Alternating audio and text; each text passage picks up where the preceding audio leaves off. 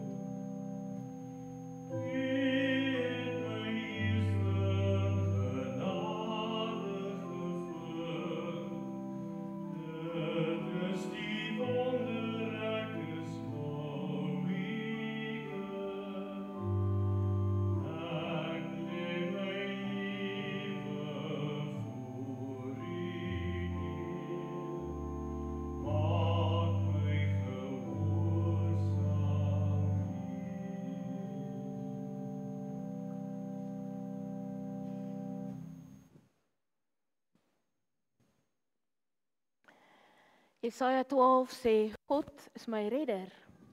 Ek vertrou op hom, ek is nie meer bang nie. Die Here my God is my krag en my beskerming. Hy is my redder. Met blydskap sal julle water skep uit die fonteine van redding. Op die dag sal julle uitroep, loof die Here, roep sy naam aan, maak sy dade onder die volke bekend en verkondig dat sy naam groot is. Sing tot eer van die Here, want hy het groot dinge gedoen. Maak dit aan die hele wêreld bekend. Jubel en juig, inwoners van Sion, want groot is die Heilige van Israel en hy is by julle. So in die woorde van Psalm 146, gelukkig is die mens die God van Jakob as sy hulp het, wie se hoop gevestig is op die Here ons God. Die Here sal vir ewig regeer, jou God, Sion, van geslag tot geslag. Halleluja.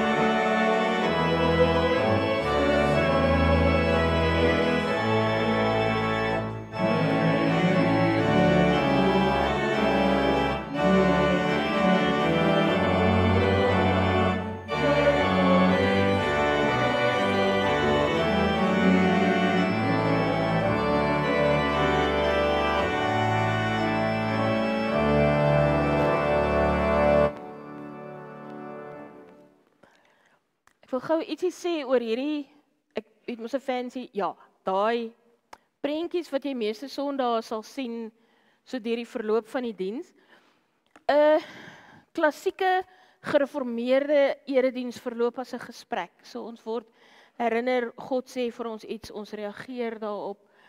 En ons het in die woelkamer prentjies opgesit om die kinders te help om die diens te volg, dat hulle weet waar is ons nou in daai tipiese gereformeerde liturgie.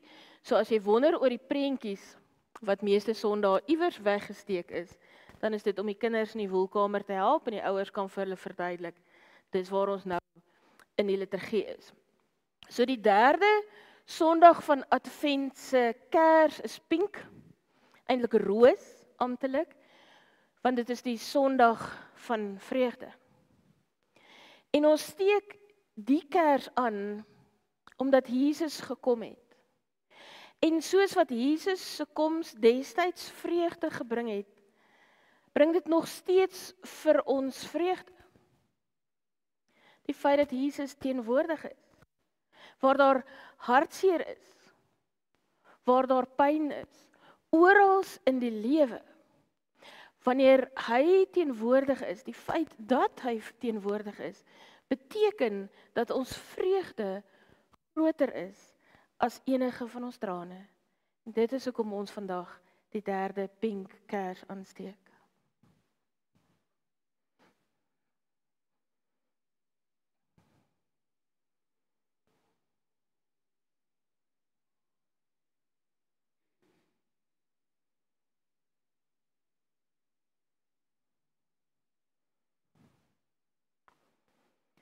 Kom ons bid saam.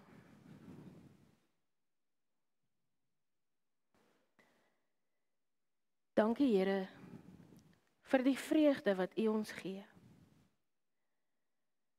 Ons vra U om altyd by ons te bly, terwyl ons wag dat U beloftes in vervulling sal gaan en dat Christus weer sal kom. Help ons om draers van vreugde te wees in 'n wêreld wat alle hoop op vreugde laat vaar het. Amen.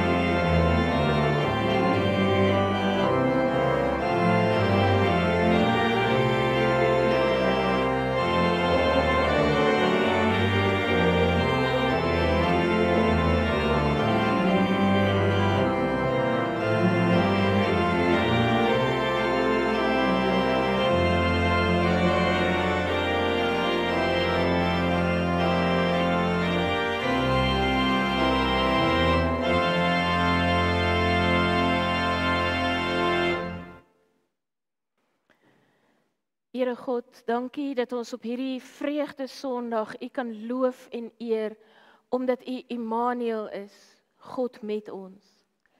Dankie dat daardie vreugde die realiteit van ons daaglikse lewe kan wees. Te midde van dit wat ons bly maak, te midde van dit wat ons seer maak, wat ons bekommerd maak. Dankie dat ons met ons hele lewe eg, eerlik en oop voor U kan sit. En ons sit voor U, Here God, met verwagting en afwagting. Dat U, soos wat U gekom het, elke dag in ons lewens, sal aanhou kom, sal teenwoordig wees, U self deur U Gees sal openbaar, tot die dag, Here Jesus, wat U terugkeer. Help ons om met oop harte na U te luister, na U te leef, in Jesus se naam. Amen. So ons gaan vanoggend Romeine 13 lees.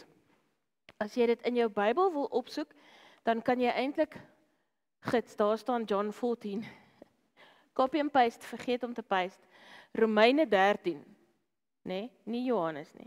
Romeine 13, die teks daarbo is wel die korrekte teks. Dis Romeine 13 vers 11 tot 14. As jy dit nou in jou Bybel gaan oopmaak, hierdie is die 2020 vertaling, dan sal jy sien dat Paulus in Romeine 13 besig is om te praat oor hoe ons leef as gelowiges. En in die eerste gedeelte van Romeine 13 sê hy dat ons as gelowiges ons moet onderwerp aan die owerheid. So op daai stadium praat hy natuurlik van die Romeine. So ons moet ons onderwerp aan die owerheid, die wette van die land nakom.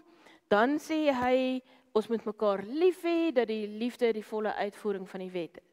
En dan hierdie laaste gedeelte, vers 11 tot 14, is wat ons vanoggend gaan lees. Waar Paulus sê, boonop, ken julle die bestemde tyd, dat die uur reeds daar is, om uit die slaap wakker te word. Ja, ons verlossing is nou nader, as ons tot geloof gekom het. Die nag het reeds ver gevorder, dit is amper dag. Kom ons doen dan afstand van die praktyke van die duisternis en trek die wapenrusting van die lig aan. Kom ons leef betaamlik, soos in die dag. Nie met gevuif en dronkenskap nie met ontug en losbandigheid nie met risie en afguns nie. Beklee julle egter met die Here Jesus Christus en maak nie voorsiening vir julle sondige aard om sy drange te bevredig nie. Dit is ons teks vanoggend. So hierdie is die leesrooster teks van 3 weke gelede, toe ek die Saterdag in die hospitaal geëindig het. So toe ons kinders was, het ons hierdie speletjie gespeel, Wolf, hoe laat is dit? Ken julle dit? Het julle dit ook gespeel? Ek weet nie almal van julle nie, moenie worry nie, ek gaan vir julle die reëls vertel. So, wolf, hoe laat is dit werk so? Iemand loop voor, daai mens is die wolf. En dan loop al die ander agter die wolf aan. En dan elke af en toe dan roep almal, wolf, hoe laat is dit? En dan sê wolf, 8 uur. Wolf, hoe laat is dit? 2 uur. Wolf, hoe laat is dit? 4 uur. Wolf, hoe laat is dit? En dan ewe skielik, jy weet nie wanneer nie, maar dan ewe skielik, dan sê wolf, etenstyd. En dan draai wolf om en almal spaander in rigtings en dan jaag wolf almal, want as wolf jou vang, dan is jy etenstyd. En dan is jy wolf. So dit is hoe wolf, hoe laat is dit werk? Almal gil en spaander, want is etenstyd. Paulus sê in ons teks, vers 11 tot 12 in die 83 vertaling, julle weet hoe laat dit is. Die uur is reeds daar, dat julle uit die slaap moet wakker word. Want die tyd van ons finale verlossing is nou nader, as toe ons tot geloof gekom het. Die nag is byna verby, dit is amper dag. So elke keer, wanneer die Bybel praat oor Jesus se terugkeer, dan sê dit 2 goed. Dit sê, Jesus se terugkeer is naby, ons moet gereed wees. Dis naby, ons moet gereed wees. En daai gereed wees is soos wanneer jy wolf, hoe laat is dit speel. En nou net ter wille van my metafoor, as jy wolf, hoe laat is dit speel, dan is jy bang. Maar ons is nie bang vir Jesus se terugkeer nie, maar nou ook, as jy wolf, hoe laat is dit speel, is jy nie regtig bang nie. Want as jy bang was, het jy dit nie gespeel nie. Jy speel dit, want jy is opgewonde, want dit is vir jou lekker, want jy weet, etenstyd is naby, die wolf gaan storm, en jy weet nie lekker wanneer nie. So die hele tyd, terwyl jy roep, hoe laat is dit, weet jy, die tyd is naby. Dit gaan enige oomblik gebeur. Enige oomblik, sommer nou, is etenstyd. Ons weet hoe laat dit is. So in Romeine 5 sê Paulus, ons is reeds verlos. Ons is vrygespreek deur ons geloof. Dit het reeds gebeur. Dit waarvoor ons gereed is, waarvoor ons wakker is daai finale, volle realisering van ons toekoms wanneer Jesus terugkeer.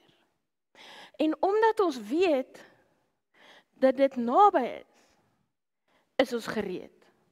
Soos wat jy wakker is wanneer jy wolf speel. Jy's gereed want jy weet die tyd is naby. Daarom wees gereed.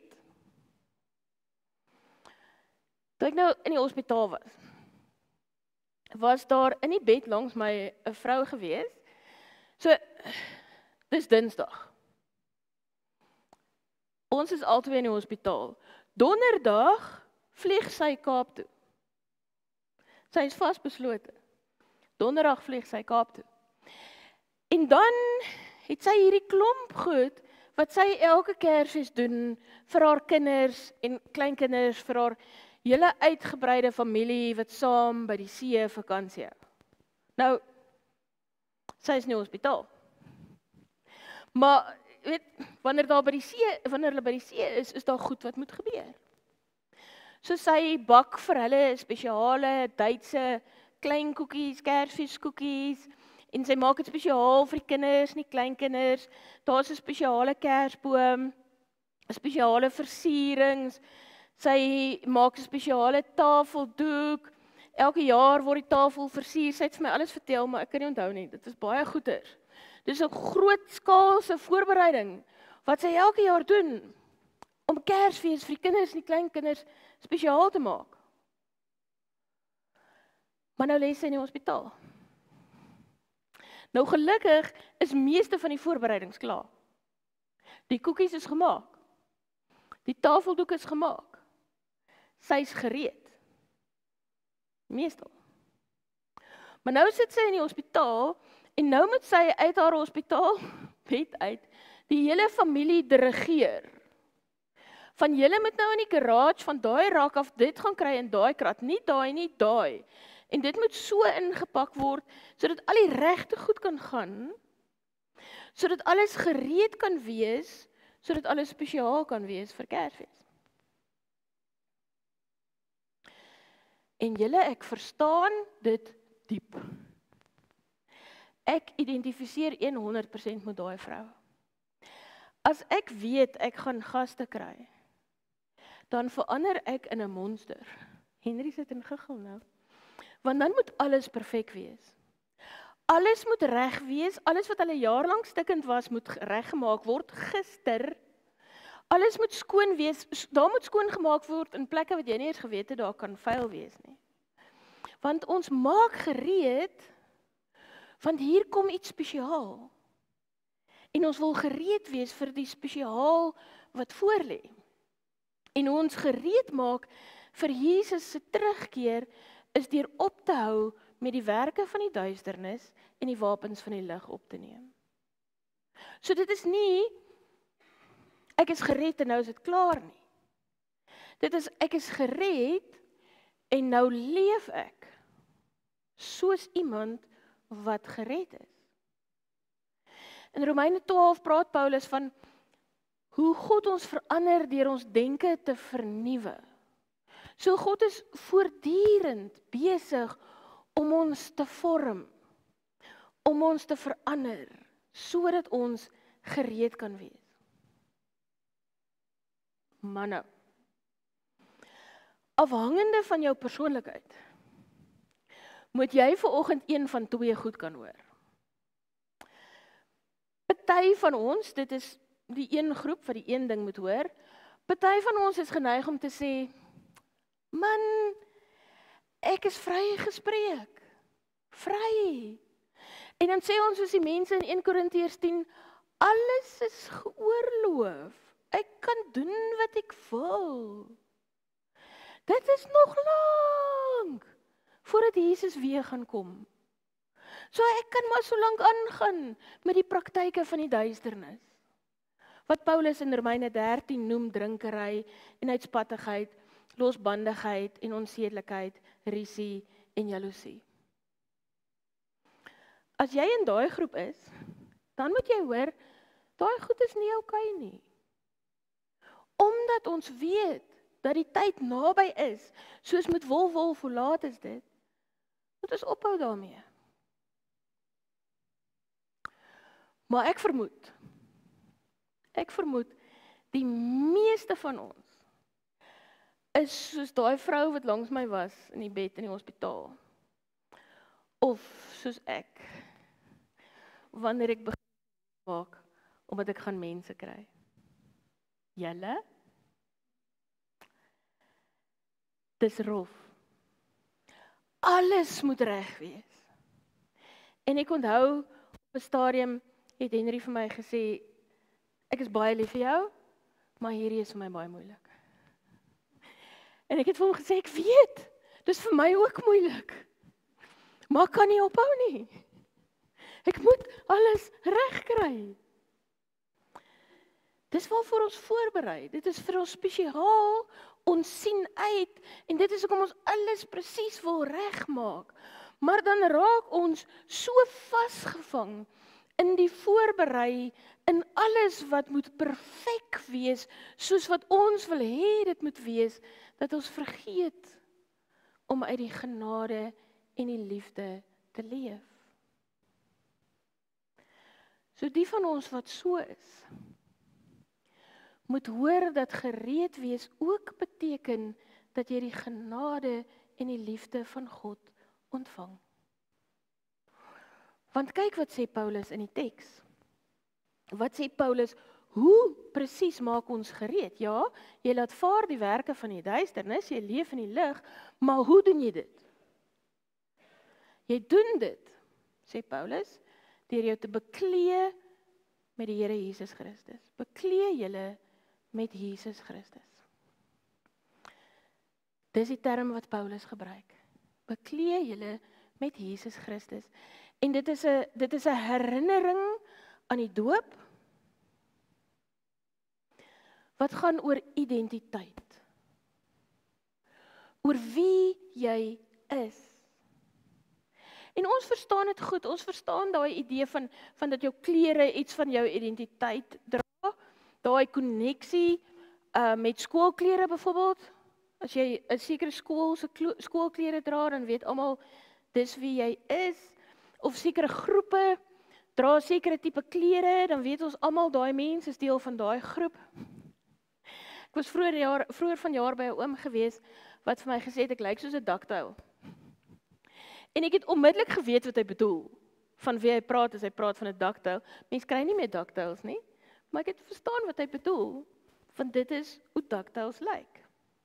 Of mense wat almal met Kersfees dieselfde nagklere dra. Ek weet nie of dit 'n ding is in Suid-Afrika nie. Ek dink dit is meer 'n ding in die VSA, waar die hele familie oor Kersfees almal saam dieselfde nagklere dra. Maar daarmee sê hulle, ons is almal deel van hierdie familie, ons hoort saam, ons behoort aan mekaar. En hulle sê ook watter tyd van die jaar dit is. Hulle sê hoe laat dit is. Beklee jouself, beklee julle met Jesus Christus, sê, ek behoort aan Jesus Christus. Ek behoort aan hom. Ek is gewas in sy bloed. Dit is my identiteit. Dit is wat bepaal wie ek is, en dit is wat bepaal hoe ek optree.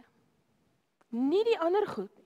Nie my kultuur, of my klas, of my geslag, of my ras, of wat ook al anders nie. Niks van daai goed is bepalend nie. My identiteit is dat ek aan Jesus Christus behoort. En Romeine 6 sê, toe ons gedoop is ons saam met Christus in sy dood gedoop. En dat ons daarom dood is vir die sonde, vrygespreek is, nie meer slawe is van die sonde nie. Dis wie ons is. In Christus se dood gedoop en daarom vry. Vry om te leef in die lig. Dis ons identiteit. Baie jare gelede het 'n vriend van my storie vertel van hoe hulle een oggend vroeg, hulle was nog almal in die bed gewees, vir hulle kinders vertel het van Jesus se wederkoms. Vir die kinders gesê, jy weet, Jesus gaan weer terugkom, dit kan enige tyd gebeur. En die dogtertjie was gefassineer met hierdie konsep dat Jesus weer gaan terugkom. En sy het gesê so,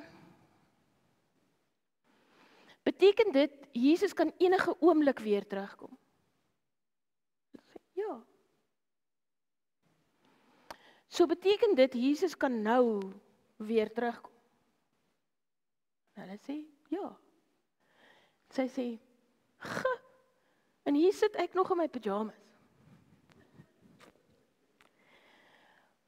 Paulus sê, wees wakker. Want Jesus kan enige tyd weer terugkom. En moenie in jou pyjamas gevang word nie. Wees geklee in jou identiteit in Christus deur die krag van die Gees. Nie rondsit in jou pyjamas nie. Leef soos een wat saam met Christus gesterf het en nou saam met hom leef. Kom ons bid saam.